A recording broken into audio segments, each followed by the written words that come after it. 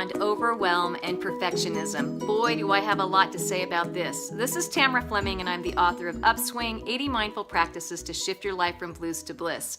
Out of all the UPSWING practices in the book, this is the one that I have to work on the absolute most. Totally fessing up. I've been in a 3-week period of overwhelm, coming apart, perfectionism, and really performing sometimes badly, poorly.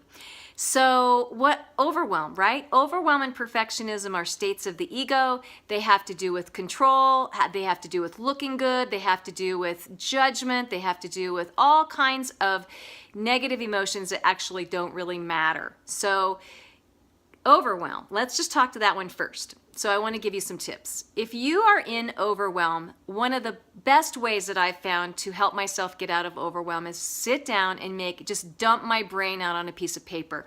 Write everything out that I can possibly think of, and don't worry about ordering it or doing anything with it. Just get it out of my head. Sometimes it takes me about an hour to have that happen.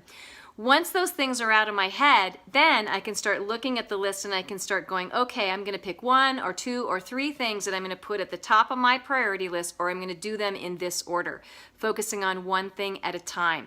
That really helps. So if you are a person who gets into overwhelm, first of all, there's a little bit of self-importance that goes along with overwhelm, because it means that you're really important and everything you're doing is just really more important than a lot of other things, mainly yourself. So think about that one. Then let's look at perfectionism. So perfectionism being a totally clear, ego-driven behavior that has a lot to do with control, looking good, not wanting to make mistakes, and having really high standards. Perfectionism can be very hard on yourself especially, and then others second.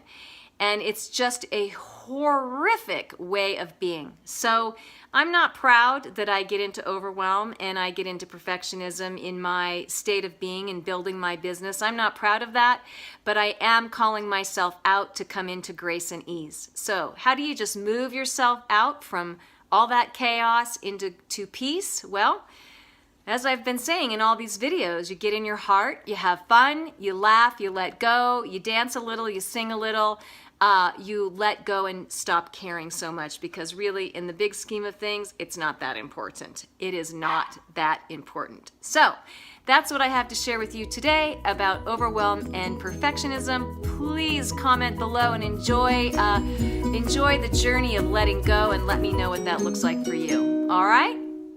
Bye for now.